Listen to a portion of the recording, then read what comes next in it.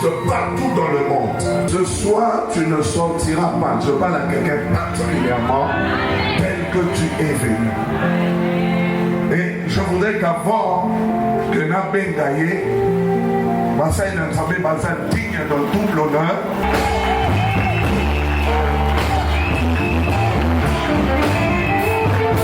famille et pour l'église que nous avons. Simana Nicolo, pour la mabota na église, Batonioso, Bakomi Kotia Miss et Baina Bango. À l'occasion de ces 10 ans, Bongo Pona Mbula Zomi Oyo, que Dieu se souvienne de chacune de vos offrandes, Tikanzamba Kanisa, Mabonza Moko na Moko Bopesa, de chacune de vos prières, Balosambo Bosala, de chacun de vos sacrifices. Beba Mekanioso, Bosibosali. Que le Seigneur se souvienne de vos prières, Tikankola Kanisa Balosambo Nabino, de chaque occasion de jeûne devant lui. Libakunioso Malamu ya Kokila Libosonae, Qu'il vous visite, Atala Bino, qu'il vienne jusque chez vous Akoma Kino na Bandabo Nabino, et qu'il bénisse votre vie Apambo la Pebo Nabino, à un haut degré. Nandenga Likolo, Amen. Amen. Merci. Boboingo Fanda. Je voudrais vraiment dire merci au pasteur Nangi Kozong Samatonde Pai Mobate Limpate, qui m'a contacté, ça fait plusieurs mois en arrière. Bongo esi les basanza ebele tango ekoluka ngai. Pratiquement, vous pouvez parler de ce programme. Pona koswana ngai moko na libongisi oyo. J'ai senti que c'est un homme organisé. Nayokaki taza moto oyo atiaka makambo nyonso na alima. Et cette chose le tenait à cœur. Mpe likambo ezalaki mokumba na ye. Et pour moi, c'est vraiment un bonheur de partager ce temps avec vous. Pona ngai naza na esengo mingi ndenge tozokabola ntango elongo. Yoka amen na bino. Que Dieu vous bénisse. Nzambe apambola bino. J'ai une lecture à vous proposer. Naza na litangi ya Biblia oyo nayi kosenga na bino tosala yango. Je suis dans le livre de Luc. Naza na mokanda ya Luka. L'évangile selon Luc. Sango malamu ya Luka. 19e verset du 1er au 10. Mokapo ya zomi na libwa nzela botangi ya liboso kino zomi. Jésus entra dans la ville de Jéricho et la traversa. Yesu akoti na engumba ya Yeriko pe akleki yango. Or, il y avait là un nommé Zachée. Nzoka nde ezalaki kuna na mobali moko kombo na ye Zakai. Il était chef des collecteurs d'impôts. Azalaki mokonzi ya bayeba zwaka mpako Et riche. Pe moto na bozwi. Il cherchait à voir qui était Jésus. Azalaki koluka komona Yesu. Il ne cherchait pas à voir Jésus. Alors luka te komona Yesu, mais il cherchait à voir qui était Jésus. Azalaki koluka komona Yesu azalaki nani.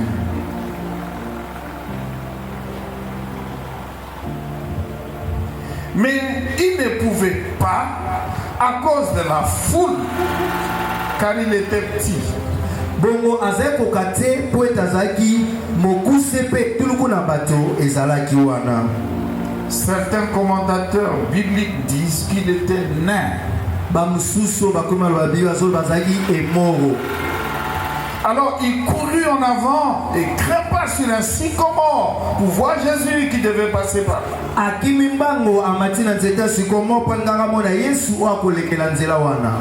Lorsque Jésus fut parvenu à cet endroit, tango Yesu akomi na siko wana, il leva les yeux et l'interpella. Atomboli miso pe alobi na ye, Zachée, Zakai, dépêche-toi de descendre. Kitambango, car c'est chez toi que je dois aller loger aujourd'hui. Poete pai na yonde na okende kofanda lelo. Zachée se dépêcha de descendre et reçut Jésus avec joie. Zakai akitimbango pe ayambi Yesu na esengo. Quand les gens virent cela, tango bato bamoni likambo oyo, il y eut un murmure bato bakomi koyimayima d'indignation. Basepeli te. Il disait, bazaoloba, voilà, tala qu'il s'en va loger chez ces pécheurs. ake kovanda epai ya mosumuki oyo. Mais Zachée se présenta devant le Seigneur et lui dit, kasi Zakayo apelemi liboso na nkolo mpe alobi na ye, Seigneur, nkolo, je donne la moitié de mes biens aux pauvres, katikati ya biloko na ngai naopesa na babola, et si j'ai pris trop d'argent à quelqu'un, po soki nazwi mbongo ebele ya moto, je lui rends 4 fois. nakozongisa yango mbala minei.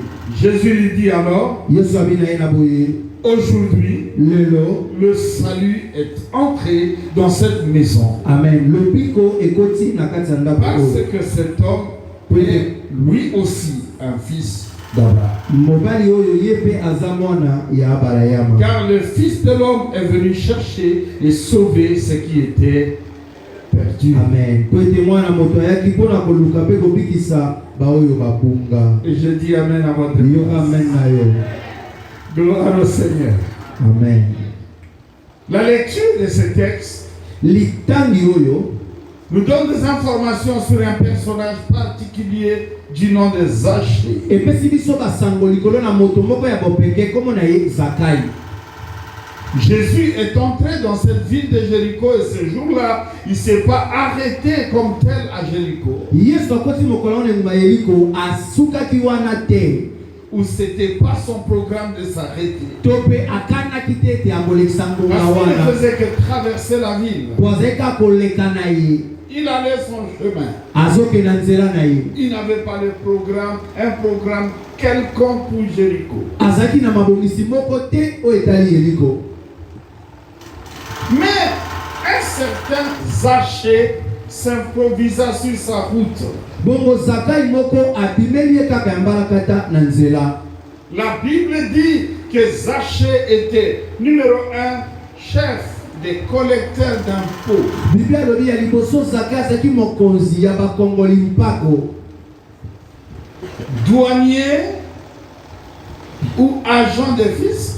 Bato batalaka balomeya to mpe bampako ya biloko ya mboka. Et lui était le chef. Sikoyo ye nde mokonzi. Donc Zachée n'était pas n'importe qui. Zakayi azalaki moto ya malonga. C'était un homme important dans la contrée. Bongo na ngambo ya mabele azalaki moto ya malonga. Un monsieur très connu, Tato oyo ayebana mingi, bien connu, bayeba ye malamu. même si tout le monde ne l'appréciait pas. Ata bato nyonso baki kosepela na ye te. Deuxième information à son sujet, Sango mibale na il etali ye. était riche. Azalaki moto ya bozwi. Donc ce n'était pas quelqu'un qui gagnait mal sa vie. Azali moto oyo azokemba te.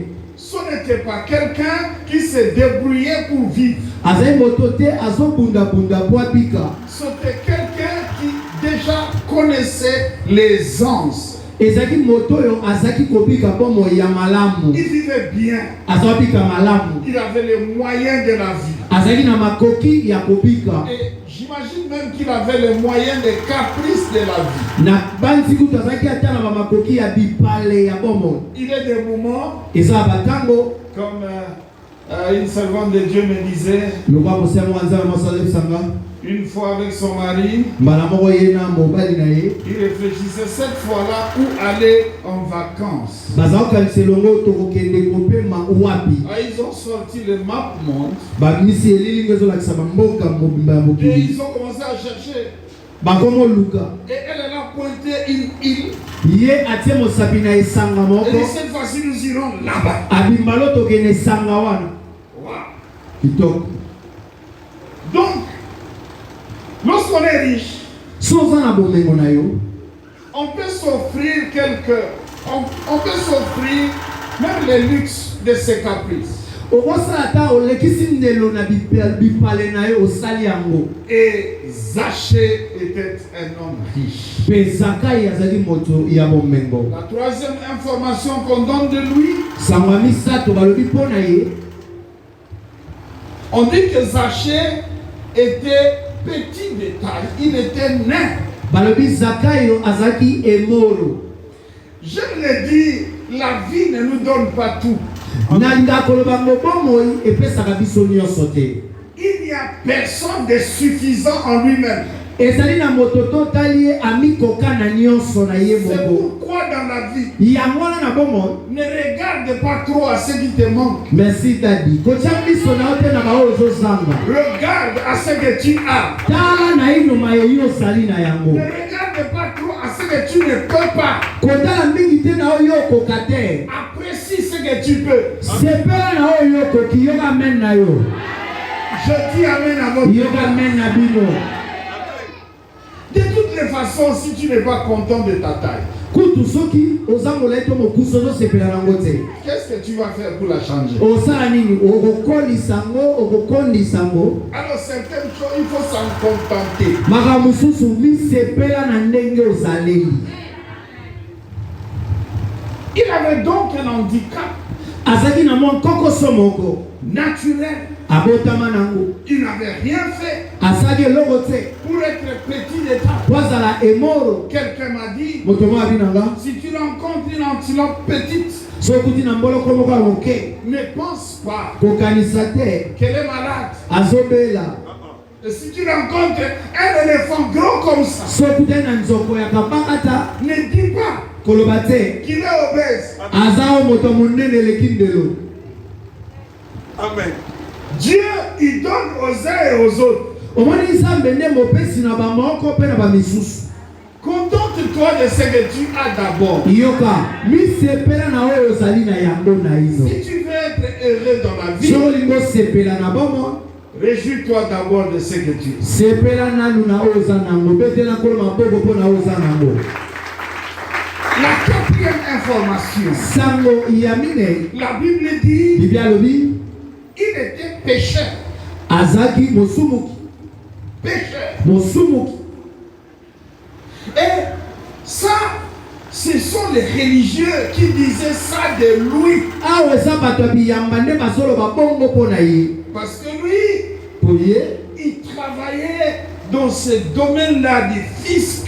ye azalaki kosala mosala makambo etali bambako. Les gens ne sont pas toujours à l'aise avec les agents de fisc. Moni bato balandelaka mpako so bato bamoni bango kimi elongwaka bango kaka.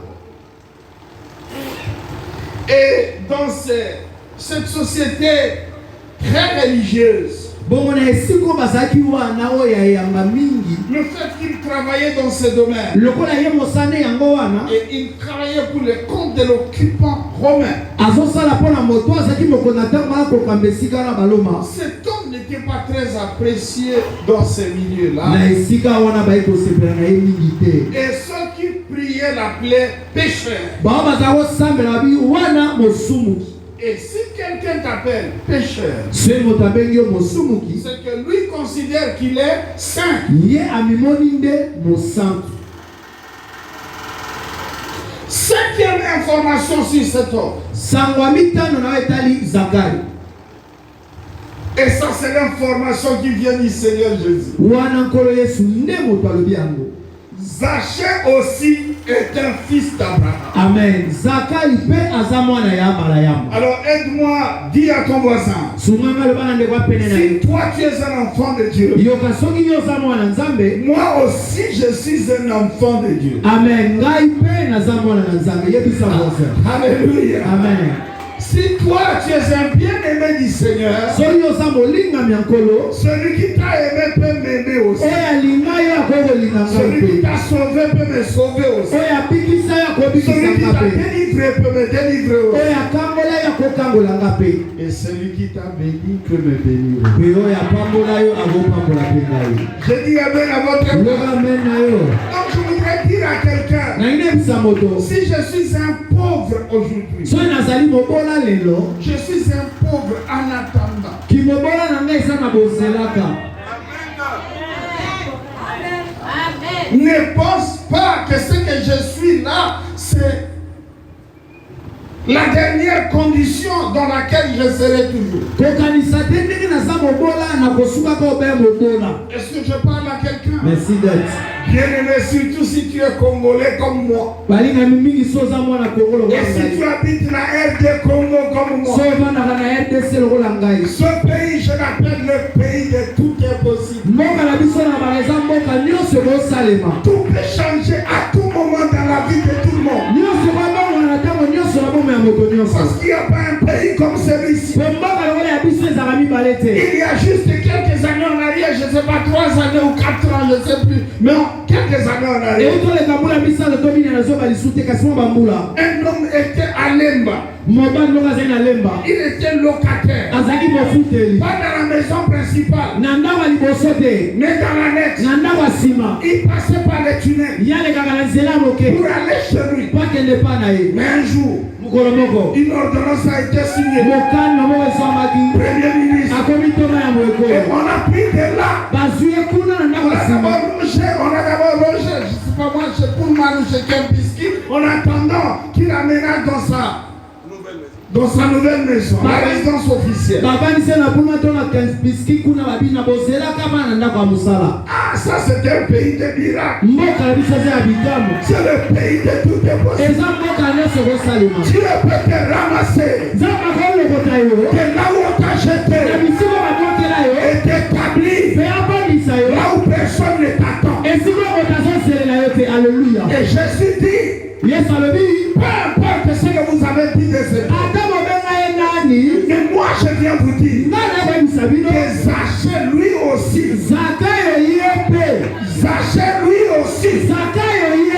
est un fils d'Abraham. Alléluia. Amen. Zachée lui aussi. Gloire à Dieu. Amen. Alors, ça j'étais en train de relever un certain nombre de choses que j'ai trouvées dans cet homme-là. Je vais pas recommencer mon message parce que je ne vous ai pas donné mon sujet. Je suis en train de relever un certain nombre de choses que je trouve là. Voilà, donc je vous ai donné 5 informations au sujet de Zachée. Alors, il y a quelque chose qui me touche énormément au sujet de cet homme de Zachée. Riche, chef, mais il vient quand même s'infiltrer dans la foule.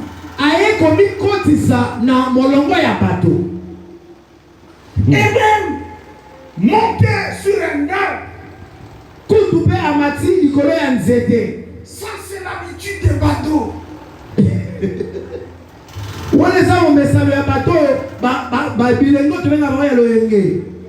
Qui montent sur les arbres pour regarder ce qui passe ou ce qui se passe. Là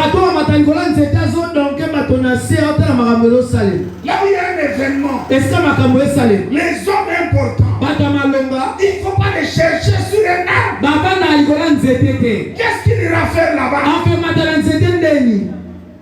Mais Zachée, il n'a pas considéré le fait qu'il était riche. Alléluia. Le fait qu'il était père dans sa maison. Le fait qu'il était chef. Il a oublié tout ça. Il est allé jusqu'à monter sur un arbre. Peut-être aussi que c'était une stratégie pour fondre dans la foule, fondre dans la masse. Comme ça, personne ne peut imaginer que c'était un homme important. Et il était là. Mais pourquoi il était là? Chacun de vous est ici pour un but précis. Merci Daddy. Mes buts ne sont pas forcément les vôtres. Vos buts ne sont pas forcément les miens. Je ne sais pas pourquoi ceux qui ont fait le déplacement et qui étaient là dans la foule étaient là. Mais Zachée lui, il savait pourquoi il était là. Il avait tellement entendu parler de Jésus, tellement entendu parler de cet homme, qu'il voulait le voir. Il voulait savoir à qui est-ce qu'il ressemble. Laissez-moi vous dire juste une petite chose. Dans le milieu des hommes importants,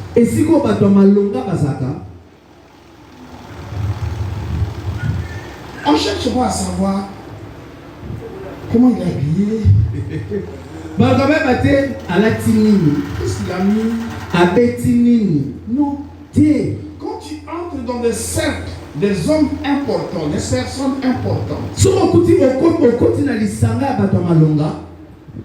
la voiture c'est rien, les habits c'est rien. On ne regarde pas ça. Mais leur intérêt c'est de savoir cet homme, qu'est-ce qu'il vaut.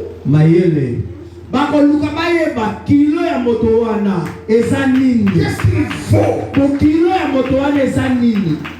Merci d'être. Et on parlait tellement de Jésus.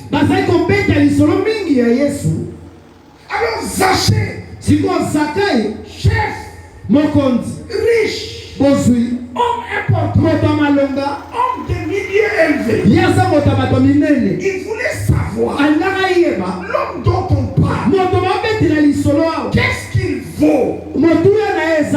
Alors il n'est pas venu en bateau juste voir, mais il est venu en investigateur, savoir qu'est-ce que cet homme vaut. Mon ami, je ne sais pas pourquoi tu viens prier. Quel est ton intérêt à être à l'église et aujourd'hui? Jésus, c'est pas n'importe qui. Vous en entendez parler, mais vous ne pouvez pas imaginer ce que Jésus est réel. Merci d'être. Un jour, je suis arrivé pour une conférence dans une ville.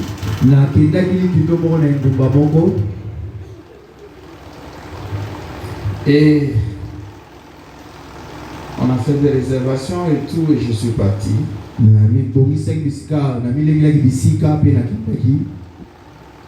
Et je suis arrivé à l'endroit. Je dois vous dire la vérité. Je n'avais jamais imaginé vraiment qu'un tel endroit existerait quelque part sur la terre. Avant ça, par la grâce de Dieu, j'avais visité beaucoup de pays. J'avais vu beaucoup de milieux. Mais honnêtement, je n'avais jamais vraiment imaginé un tel endroit. Je suis arrivé à cet endroit, c'était l'hiver.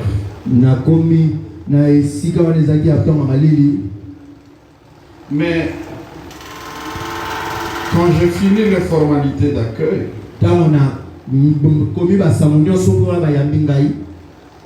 on m'a confié un protocole de l'hôtel. Et s'il vous plaît, le protocole s'est trompé 5 fois avant de trouver le couloir de ma chambre.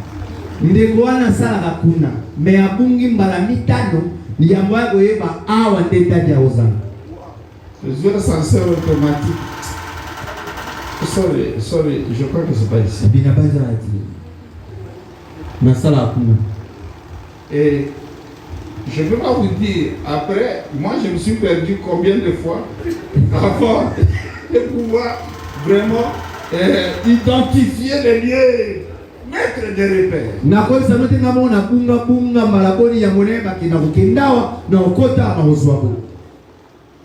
Alors finalement, quand on a retrouvé la chambre,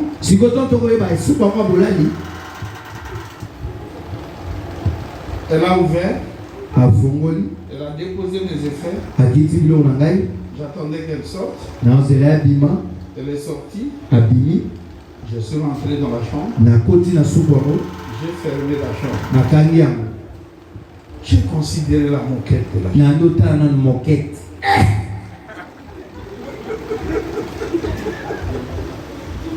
Ezalaka.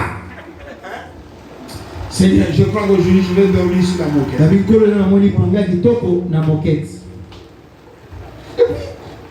il y avait un canapé. Quel tissu!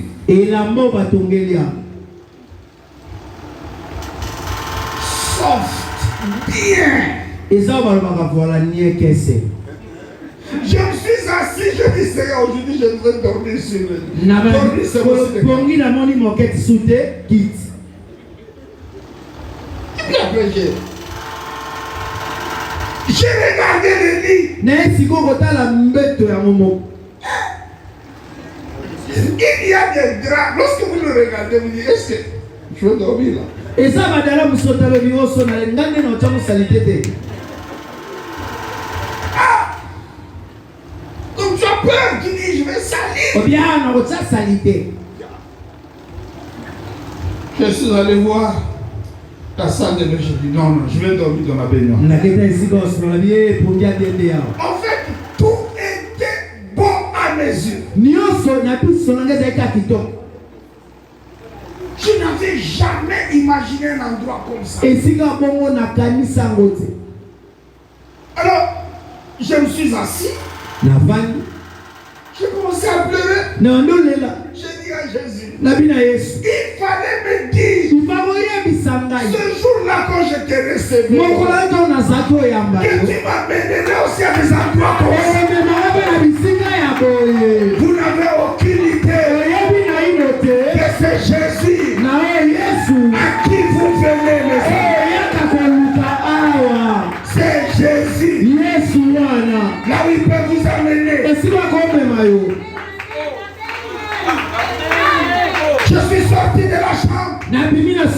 Je dis, il faut quand même que je découvre les lieux. Bien aimé, cet hôtel-là, ça peut prendre à peu près tout l'espace de la Fikine.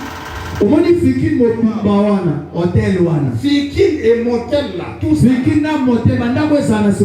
C'est cet hôtel. Wow. C'était incroyable. Il y avait là-dedans des salles de conférences pour 10 000 personnes, pour 5 000 personnes, pour 30 000 personnes au sein de ce, comment dire, de ce complexe.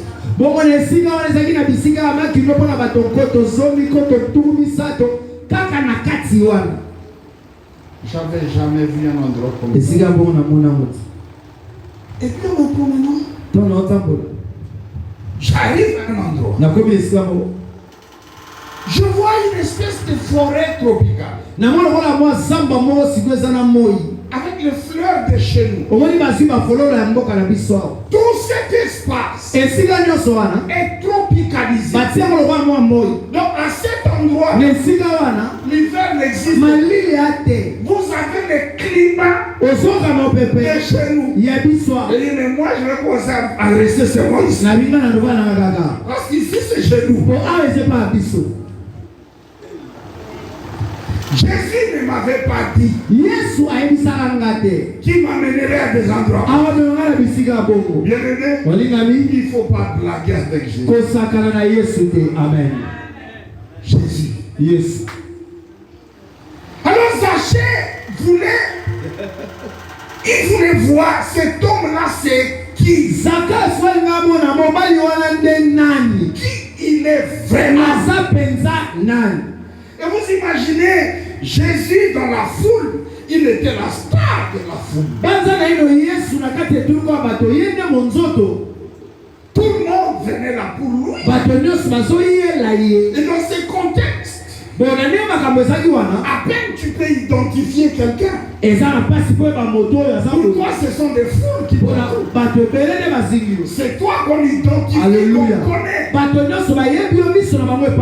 Mais Jésus, alors qu'il était en train de passer, lorsqu'il arrive au pied du sycomore, il s'arrête. Il lève ses yeux et il ne lui dit pas, monsieur, non. Il n'appelle pas son nom et dit Zachée. Jésus, c'est celui qui te connaît par ton nom. Amen. Il te connaît par ton nom. Zachée. J'imagine que les pharisiens qui avaient découvert que Zachée était dans la foule se disaient entre eux, pécheurs et pécheurs.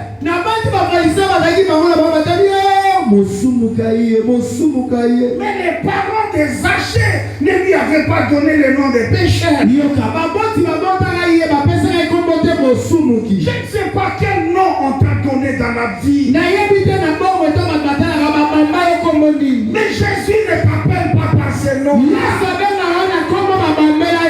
Jésus t'appelle par ton nom.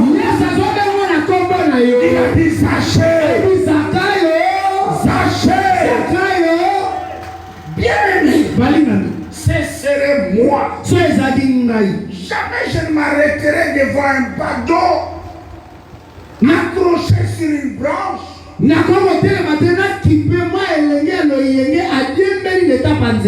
Qu'est-ce que j'ai à faire? Pourquoi je vais m'arrêter? Mais Jésus, il s'arrêtera pour Zachée. Zachée. Il dit Zachée, dépêche-toi de descendre. Quelqu'un que tu me vois aujourd'hui, je dois loger dans ta maison.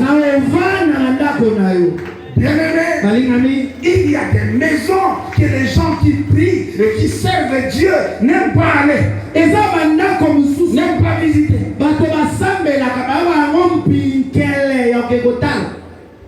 La maison d'un pécheur. La maison d'un voleur.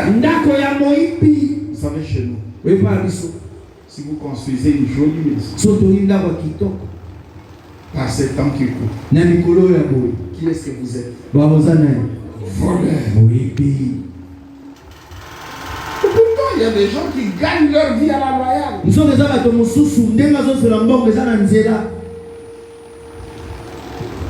La Covid 19 n'a pas dérangé les affaires de tout le monde.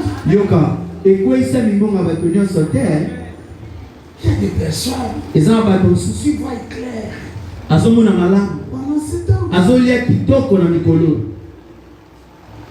Mais nous, on est là pour stigmatiser les gens,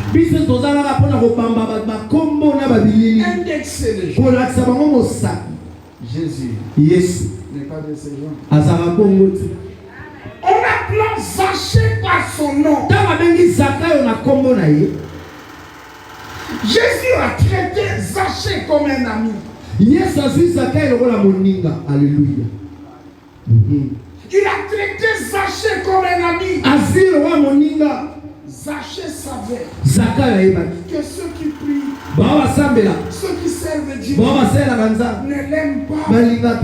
Zachée savait que dans cette ville de Jéricho, dans les synagogues de Jéricho, il n'était pas le bienvenu. Zachée savait que lorsqu'il apportait la dîme, non, on apprenait. Mais lui, on ne voulait pas. Son argent était bon. Lui-même. Zachée savait que même lorsqu'il apportait des dons, on recevait, on appréciait les dons. Mais lorsqu'il tournait les dons, on parlait mal de lui. Zachée savait ce qui se passe dans les milieux des églises. Pas ici à Alémo. Pas ici. À la bière Rivane là-bas. À la bière Rivane là-bas. Ici on parle pas mal des gens sur leur dos.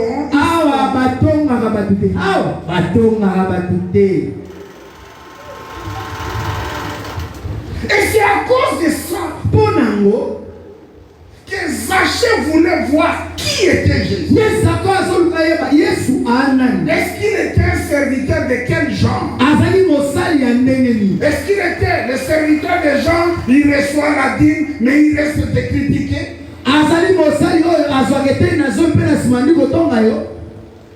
Il se plaint des dons,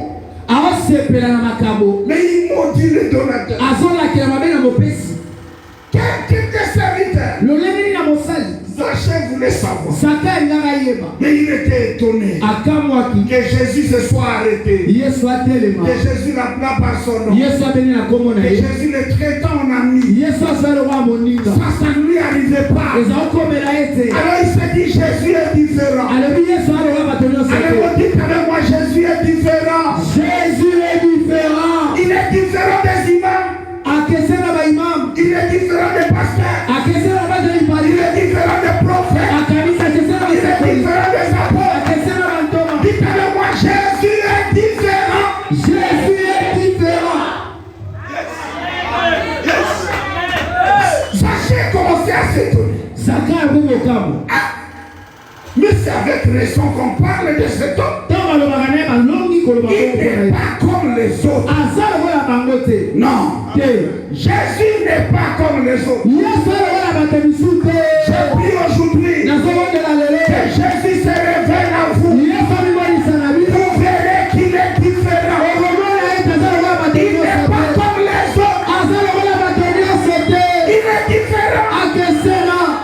Et il dit, Zachée, non seulement je vais entrer dans ta maison, mais je vais loger. Je vais loger. Donc je vais rester avec toi. Non, je ne veux pas juste une rencontre avec toi. Mais je vais partager ma vie avec toi. Rester longtemps. Bien-aimé, Jésus ne veut pas être un passager dans il ne veut pas juste un visiteur. Il veut être un hôte dans votre maison. Vous êtes avec moi. Amen. Jésus est différent. Il est entré dans la maison de cet homme. Et selon les coutumes de cette époque, dans les maisons des Romains, il y avait des canapés où les gens se mettaient, ou même ils s'étendaient sur les canapés pour boire et pour manger. Parce que les Romains pouvaient manger pendant 5 heures. Et dans les maisons des Romains, il y avait un endroit qu'on appelait vomitorium. Donc c'est un endroit, si tu sens que tu es trop plein, tu peux aller là-bas, tu vomis pour retourner manger.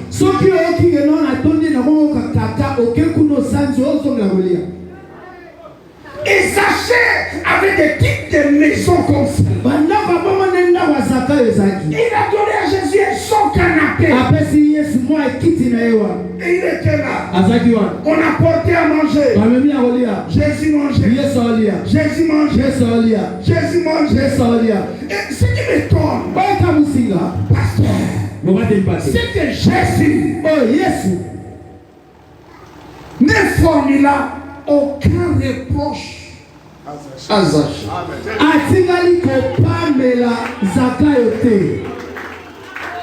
Il ne lui dit rien.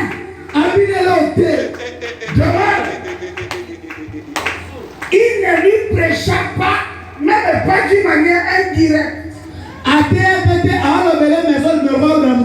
Il a vécu chez lui comme on vit chez un ami. Mais pourquoi tu filmes? Pourquoi tu filmes? Mais pourquoi tu bois avec? Il était là.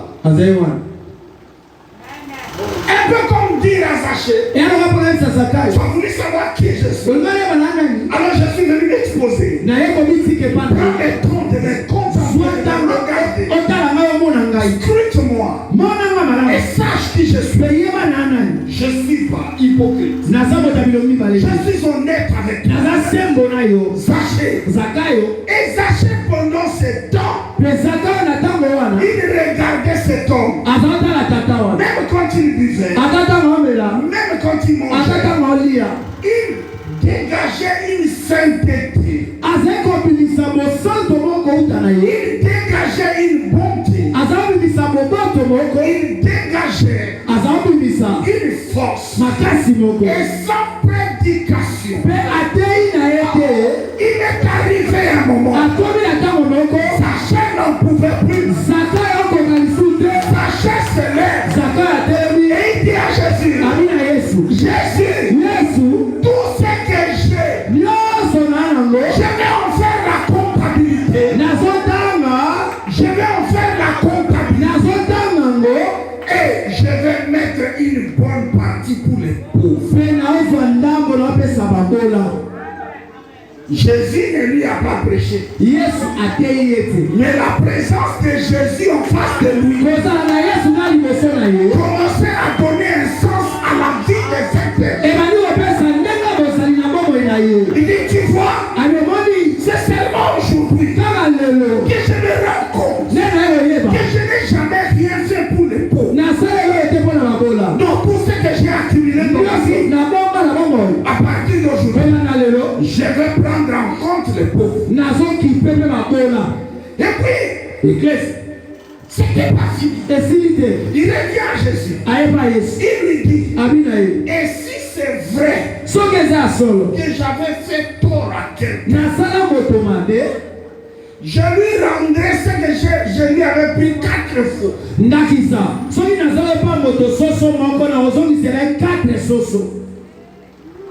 Donc je vais réparer les torts que j'ai commis ou causés aux gens. Je vais réparer les torts.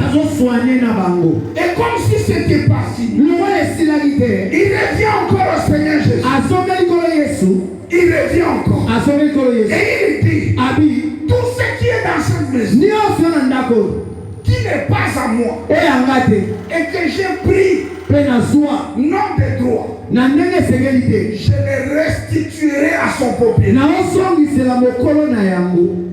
Maintenant, je vais commencer ma prédication. Alors, maintenant, à cet endroit, Jésus, qui n'avait jamais rien dit, jamais rien dit, depuis le temps où il lui a dit, Zachée, après le descendre, je vais manger dans ta maison.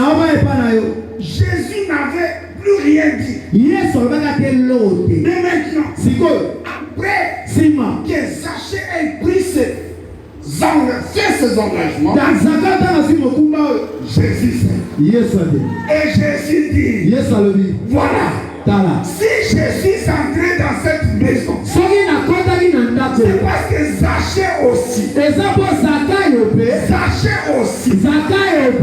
un fils d'Abraham. Alors je voudrais dire à quelqu'un, les fils d'Abraham ne sont pas seulement dans la sacrificature, ne sont pas seulement dans les sacerdoces, ils sont aussi dans les affaires civiles, ils sont aussi dans les affaires politiques, ils sont aussi dans les affaires militaires, ils sont aussi dans toutes sortes d'affaires. Les fils d'Abraham ne sont pas seulement dans les ministères. Non, les fils d'Abraham, ils sont dans tous les secteurs de la vie. Et Jésus dit, Zachée aussi est un fils d'Abraham. Un fils d'Abraham. Et vous voulez que je vous dise quelque chose? Il y a que Jésus qui ne peut jamais se tromper d'identité. Lorsqu'il dit à quelqu'un, celui-ci est un fils d'Abraham, il sait ce qu'il dit. Alléluia. Amen. Alléluia. Amen. Alléluia. Amen. Et Jésus dit, aujourd'hui, quel jour? Quel jour? Aujourd'hui, le salut est entré dans la maison. C'est ça le terme de ma prédication. Dites avec moi aujourd'hui. Aujourd'hui, le salut est entré dans la maison. Bien-aimé, il n'y a jamais eu de salut sans Jésus-Christ ou avant Jésus-Christ. Il n'y a jamais eu de salut. Écoute-moi, tu peux avoir commencé à prier depuis ton enfance, baptisé depuis que tu étais bébé. Ça, c'était l'affaire des hommes. Mais écoute-moi, on ne peut pas parler du salut de quelqu'un à moins que Jésus-Christ vienne dans la vie de ces personnes. C'est le jour où Zachée a reçu Jésus-Christ dans sa vie, a reçu Jésus-Christ dans sa maison. C'est ce jour-là que le salut est entré dans la maison de Zachée. Mais c'est quoi le salut de salut? Mais c'est quoi ce salut? Le salut suppose il menace quelque part. Ça veut dire que la maison de Zachée, cette maison était menacée quelque part. Menacée quelque part. Il y a des vies menacées. Il y a des foyers menacés. Il y a des maisons menacées. Est-ce qu'il y a quelqu'un qui les voit? Lorsque vous regardez une maison physique et que vous voyez des grosses fissures dans cette maison, vous savez que cette maison, elle est menacée. Mais lorsque vous entrez dans un foyer, vous sentez des grandes dissensions entre l'homme et la femme. Vous savez que ce couple, il est menacé. Vous entrez dans la vie de quelqu'un, vous voyez qu'il dépense mal son argent, ou qu'il gagne mal son argent. Vous savez que la vie de cette personne, elle est menacée. Lorsque Jésus était là, il était en train d'inspecter la muraille spirituelle de la maison et de la vie de Zachée. Et il était en train de dire, comment on peut colmater toutes ces brèches? Comment est-ce que je peux parler au cœur de cet homme? Je suis venu ce soir, j'ai rencontré un Zachée. J'ai rencontré un Zachée. Et il dit, il faut que ta maison soit sécurisée, que ta vie soit sécurisée, que ton foyer soit sécurisé, que ta famille soit sécurisée. Mais comment tu peux le faire? Numéro 1, il faut accepter que Jésus entre dans ta maison, que Jésus entre dans ta vie, que Jésus entre dans ton foyer. Je voudrais dire à quelqu'un, pas un pas, non pas sans bâtard. Non pas sans bâtard. Bâtard. Toi tu n'as pas connu bâtard? Et la devise de bâtard c'était pas un pas sans bâtard. Mais la devise du christianisme c'est pas un pas sans Jésus. Ne sors pas d'ici ce soir. Si tu n'es pas sûr que Jésus est avec toi, pas un pas sans Jésus. Zachée, introduis-moi dans ta maison. Aujourd'hui Jésus m'envoie. Je suis venu te dire, introduis Jésus dans ta vie. Ne sors pas de ces lieux sans Jésus. Pas un pas de plus sans Jésus. Pas un pas de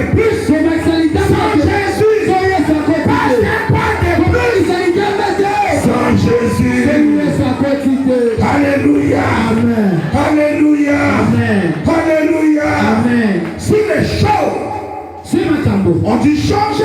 C'est parce qu'un jour, Zachée a ouvert les portes de sa maison à Jésus. Bien-aimé, je ne peux pas t'aider. Pas suffisamment. Si je ne peux pas t'aider à accepter Jésus-Christ comme ton Seigneur et Sauveur, mon imposition des mains peut te rater. Ma prière peut t'échouer. Mais écoute, Jésus-Christ dans ta vie, il ne va pas te rater. Il ne va pas t'échouer.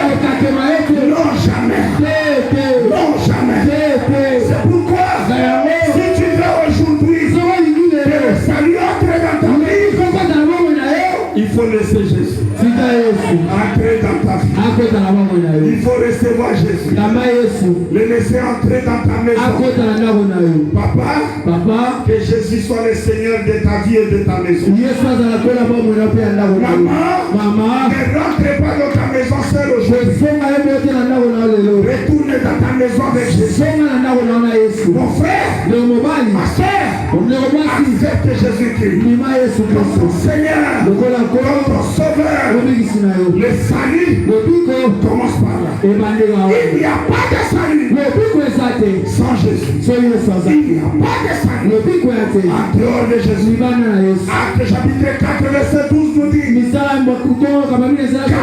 il y a sous le ciel aucun autre nom qui ait été donné parmi les hommes par lesquels nous pouvions être sauvés. Pas de salut sans Jésus.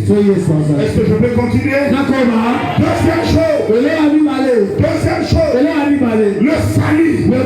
Le salut de Dieu dans la maison exige que tu puisses réparer les torts que tu as causés à autrui. Prier c'est bien, mais écoute, réparer les torts c'est mieux.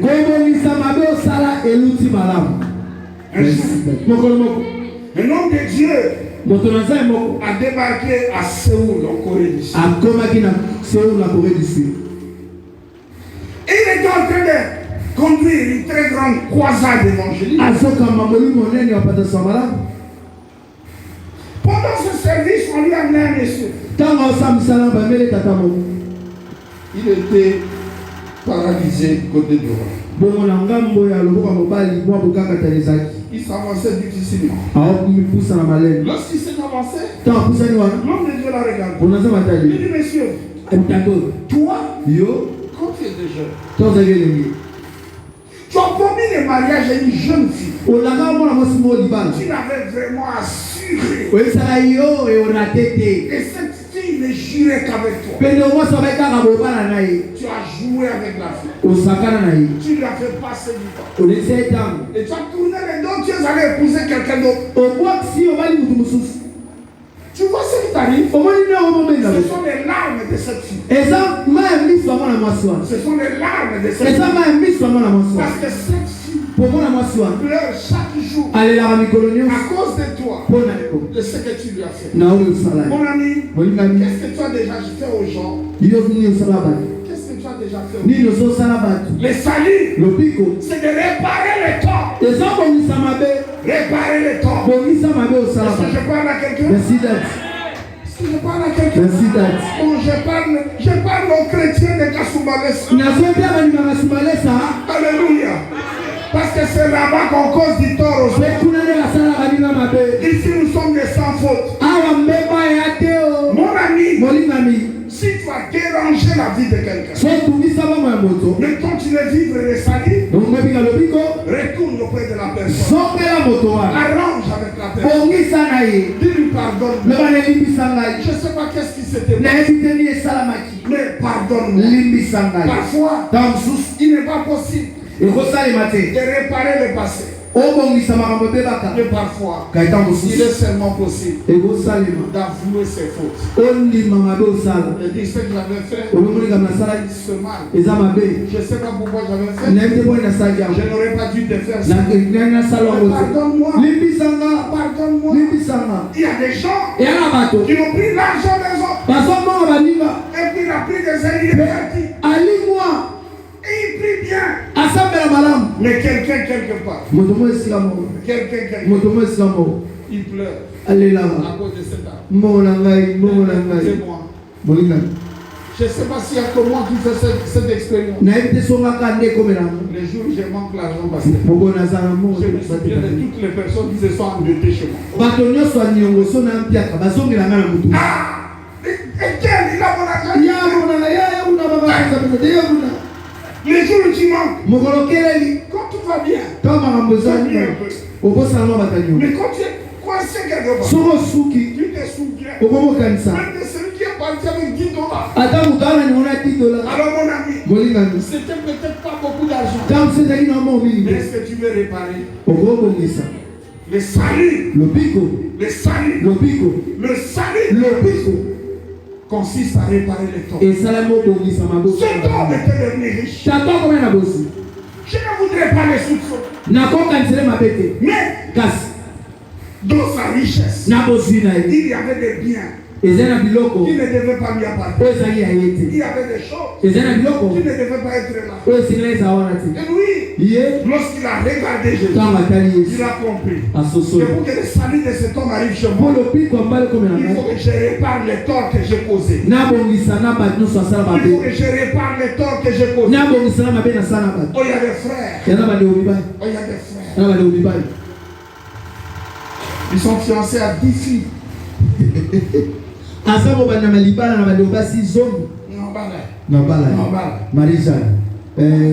Finalement, tu vas épouser combien? Écoute-moi, frère. On ne joue pas avec le cœur de quelqu'un. Merci, Dad. On ne joue pas avec le cœur de quelqu'un.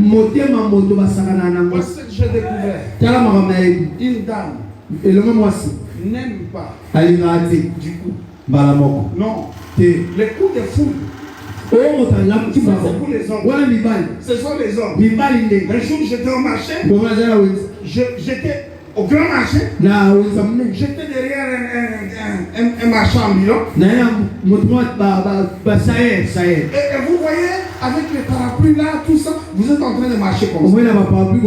Il élève la tête. Au coin d'un passage, il voit une jeune fille. Oh, et moi je me suis dit, donc aimer peut être un accident. Est-ce que aimer peut être un accident? Beaucoup d'années.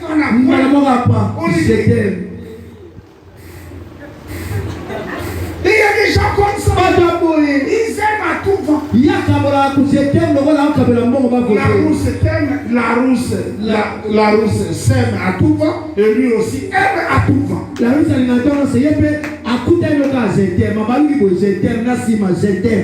Frère, on ne joue pas avec les sentiments de quelqu'un. Une jeune fille n'aime pas du coup. Mais si une jeune fille aime, ça devient difficile de la détourner de ça. Mais toi, tu provoques l'amour. Tu réveilles l'amour. Et quand on veut t'aimer, tu t'en vas. Et tu crois que c'est comme ça que tu aimes. Non, tu ne t'aimes pas. C'est tort. Tu dois les réparer. Sachez, il a compris que je dois réparer avec ceux à qui j'ai causé des torts. Alléluia. Amen. Est-ce que quelqu'un aime Jésus ici? Quelqu'un aime le salut de Jésus? Il doit réparer ses torts. Troisième chose, il a dit, il faut que je sorte de ma maison tout ce qui est interdit. Bien-aimé, un enfant de Dieu connaît l'interdit. Merci, Dad. Tout ne se mange pas. Tout ne se touche pas. Tout ne se prend pas. Tout ne se partage pas. Il y a des choses qui nous sont interdites. Est-ce que je parle à quelqu'un? Merci Lad. Est-ce que je parle à quelqu'un? Merci Lad. Les 10 commandements Mibeko somu. nous montrent les interdits de la vie. Et ça la sabi so bikila ya bon Il me dit par exemple, Biabi la kisa. tu n'auras pas devant ma face d'autres dieux. Liboso na oza banze mosusite. Le Dieu véritable existe. Nzamba sola zali. Si tu crées ton Dieu, c'est une provocation. Somo tsali nzambe na otumoli nzambe. Est-ce que je Wow. parle à quelqu'un? Merci Lad. Nzamba zali. Eh. Quand tu as une monté à Oh, l'eau, Nzambe. ça c'est une provocation. Wana otumola nzambe. Est-ce que je parle à quelqu'un? Amen. Parce que le Dieu véritable existe. Nzamba sola zali. Deux, Yami bale. tu ne prononceras pas le nom de l'Éternel, ton Dieu, en vain. Oloba komandi ya nzambe na pamba te. Le Seigneur Jésus dit Kole solobi. que ton nom soit sanctifié. Komona yo ebulisa. Donc tu ne dois pas associer le nom de Dieu à n'importe quoi. Mayele. Okosalisa koma nzambe te na biloko nyonso. Donc le nom de Dieu est un interdit. Koma nzambe ezekila. Je ne peux pas, si je vais venir voler, Nangi te sonia oyiba. je dis passer au nom de Dieu. Nabi na Au nom koma de Dieu, nzambe na koma nzambe na. alors que je mens. Wana okosa. Non, Te. il ne faut pas que je fasse. Nasala ngo te. Parce que le nom de Dieu est un Pe interdit. koma nzambe ezekila. La femme d'autrui est un interdit. Yoka mwasi ya moto azekila Le e. mari d'autrui est un interdit. Mobali ya moto azekila. Ici à Kinshasa, on dit. Ala kita balobaka On mobali. dit. Balobaka. Bakate. Moi, ça va être la carte. Bien aimé. Molingani. On est où? Toza wapi?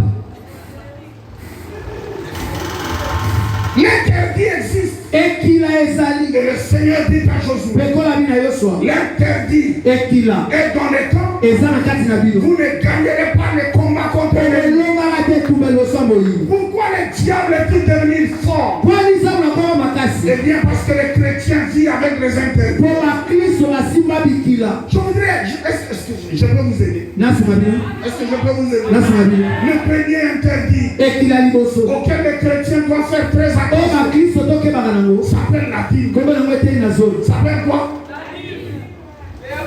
Kimia. Bien aimé. Donc les 100% de ce que tu reçois, Yoka na bongo nyonso ozwaka. il y a un interdit. Ekila ezali. Il est de l'ordre de 10%. Eza zoni koya mokambo. Dieu Nzambe qui remet entre tes mains 100%, apesi yo $1000. t'a donné 90%. Apesi yo $900. 10%, $100. c'est pour le diable. Ya nzambe l'eglise. Mais toi, Kasi yo. Kasi yo. tu es entré dans les 90%. Ole $900. Et puis, Pe ya tu nsima. as poursuivi les 10%. Elandeli $100. Non! La dîme Ete na est un interdit. eza Il ekila. faut les sortir de ta maison. Bimisa mwana ndako na yo. Il faut la sortir de ta maison. Bimisa mwana ndako na yo. Yo ramène la bango. Alléluia. Amen. Tu as besoin du salut de Dieu. Eza masala bino ya Nzambe. Tu veux que Dieu te sauve. Oluka mabikisa moninga. Touche pas les têtes. Kosimbe kila te. Touche pas les têtes. Kosimbe kila te. Bien aimé, Molingami. la réputation de quelqu'un est un interdit. Sangwa moto eza pe kila. Merci tête. Kopanza moto sango ya mabe. Est-ce que je parle à quelqu'un? Merci tête. Tu ne dois pas porter atteinte à la réputation de quelqu'un. Okopanda sangwa mabe te mpona moninga. Cela est même une infraction en droit congolais. Bongo atala mibeko na biso akwei na mbeba. Tu dois donc faire attention. Keba. Les interdits. Bikila. Tu dois sortir ça de ta maison. Bimisa ona ndako na yo. Oh, que Dieu soit béni. Amen. Que Dieu soit béni. Amen. Je vois que vous êtes fâchés contre moi. Osikelinga. Bon, mais c'est pas un problème. Je vais sortir d'ici. Mon épouse va m'aimer. Les enfants vont m'aimer. Les anges vont m'aimer. Alléluia. Amen. Alléluia. Amen. Dis à ton voisin. Lobani wapi mena. Touche pas les têtes. Kusimba ikila te.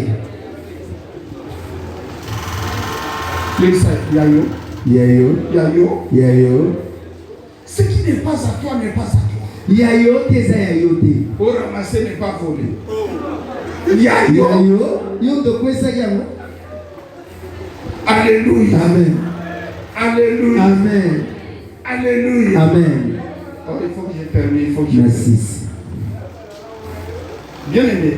Molingami. Tout le monde se bat dans la vie pour monter. Bato nyonso na bongo bazobundabunda mpona komata. Pour devenir important. Akoma moto malonga. Et cet homme Tato et monter jusqu'à devenir riche. Être riche, posséder des grands biens, ne vous donne pas toute la garantie pour la vie. Merci, Daddy. Non. Mais si Dieu vous porte à un certain niveau, sachez qu'il y a une mission attachée à ça. Ok. Et la mission de la richesse dans la vie de quelqu'un, c'est pour que tu puisses alimenter la vie de plusieurs. Amen. Je parle à quelqu'un. Merci, Daddy. Regardez-moi, mes amis. Dieu nous avons est très intelligent.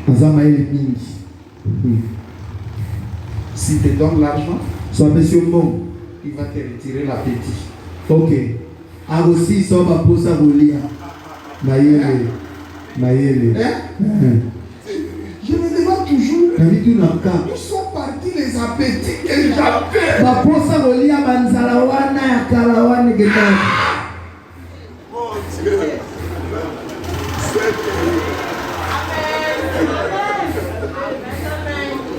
Si Dieu te donne la richesse, il va te rendre pauvre en appétit. Pourquoi? Pour que beaucoup de gens mangent à ta table. Ton bonheur sera de condamner les gens qui mangent. Et tu vas commencer à envier l'appétit. C'est vrai. Alléluia. Amen. Alléluia. Amen. Bien-aimé, regardez-moi. Vivre pour soi-même, c'est trop petit.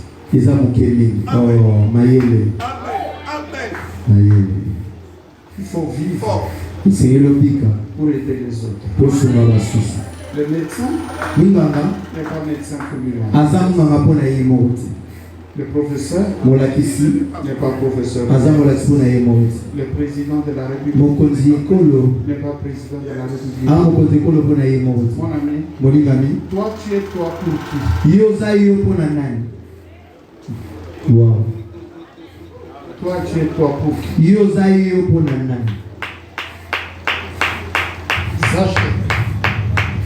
Zaché a découvert cette chose. Que si Dieu m'a aidé, malgré ma petite taille, à devenir cet homme important, c'est pour rendre les hommes importants. Alors, je vais m'engager à secourir le pauvre. Mon ami, tu ne peux pas être intelligent selon tout homme. Que ton intelligence aide les autres. Que ta force aide les autres. Que ton pouvoir aide les autres. Si tu fais ça, non seulement toi tu seras sauvé, mais ta maison sera sauvée. Même les jours où tu ne seras pas là, quelqu'un va rencontrer un garçon, une fille, qui s'appelle de ton nom. Est-ce que toi tu es le fils de... Vraiment tu es le fils de... Qu'est-ce que tu fais dans la vie? Oh non, je n'ai pas du travail. Dis-moi. Il va te donner du travail. Parce qu'il va te dire, je connais ton père.